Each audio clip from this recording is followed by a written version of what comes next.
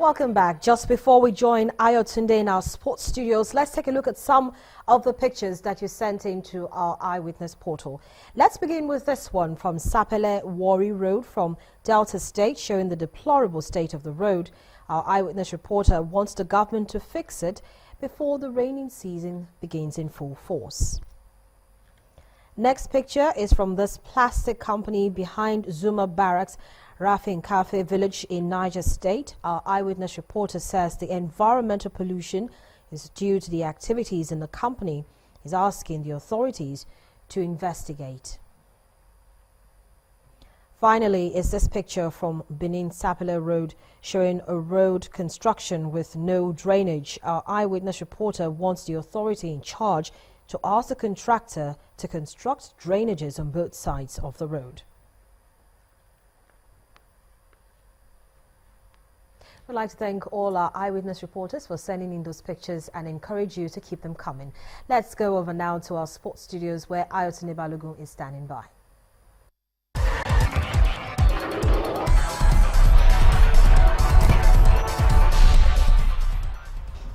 Many thanks, Harriet. We're starting off in the Nigeria Professional Football League, where Rangers of Enugu secured a slim 1-0 win over Wikki Tourists at the Nnamdi Azikiwe Stadium. Both sides came into the game in fine form, having suffered just one defeat in their opening 4 games of the season. Godwin Aguda gave the host the lead deep into the first half at a time when he scrambled home from close range in a crowded penalty area.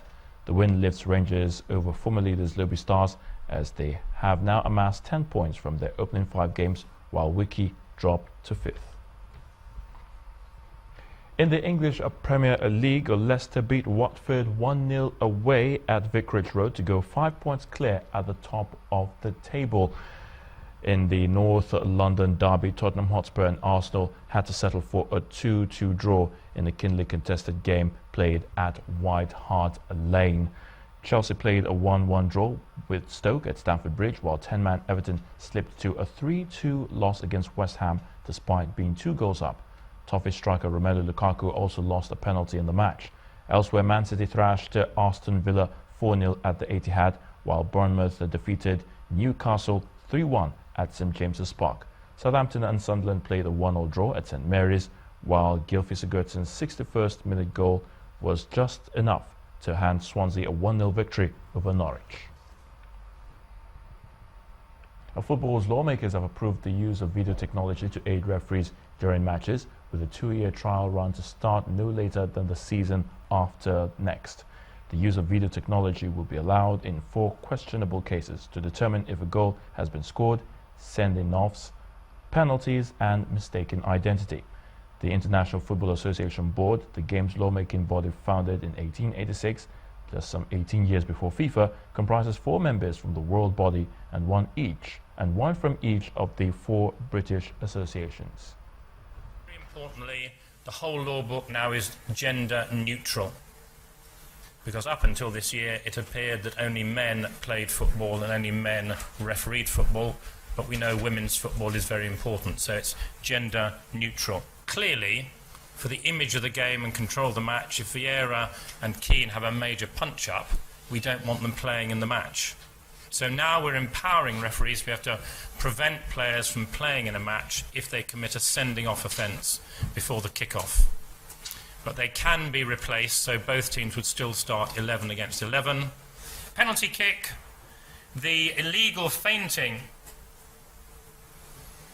by Mr. Messi here, we know is unfair. It's deliberate cheating because they know they're not allowed to stop, send the goalkeeper the wrong way and then take the kick. At the moment it's a retake and a yellow card. We feel we don't want this in the game. It will always be an indirect free kick, so they won't get a second chance to score to stop them doing it. The North American giant Mexico says it remains interested in hosting the 2026 World Cup, indicating it will make a bid to become the first country to host the event 3 times. Now, Mexico's Football Federation President Decio de Maria announced the decision as revealed the country's new shirt for the upcoming season in Mexico City. Only a handful of countries like France, Germany and Brazil have held the World Cup twice. New and refurbished stadiums in the Mexican cities of Puebla and Monterrey will likely boost Mexico's bid for a World Cup trifecta. So far, Canada and Colombia have said they will also bid for the World Cup in 2026. And that's a wrap on sports news. I'm Ayotunde Balodun. The news at 10 continues shortly.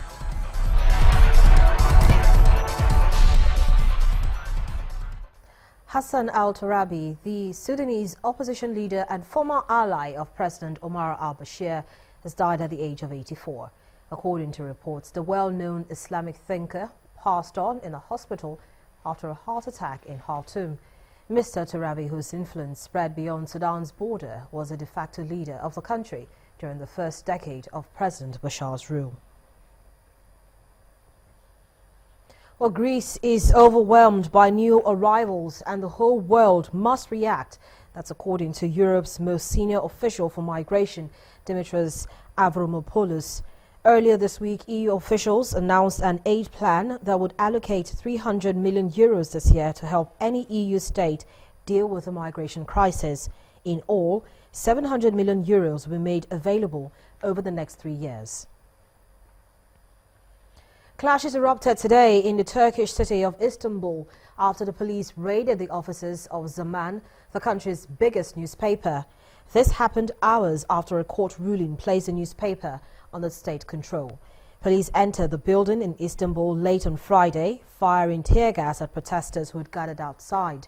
Zaman is closely linked to the Hizmet movement of influential US-based cleric Fethullah Gulen. Turkey says Hizmet is a terrorist group aiming to overthrow President Recep Tayyip Erdogan's government. The government in Ankara has come under increasing international criticism over its treatment of journalists. And the main news again. The Department of State Services has nabbed a man suspected of being an arms dealer for deadly group Boko Haram.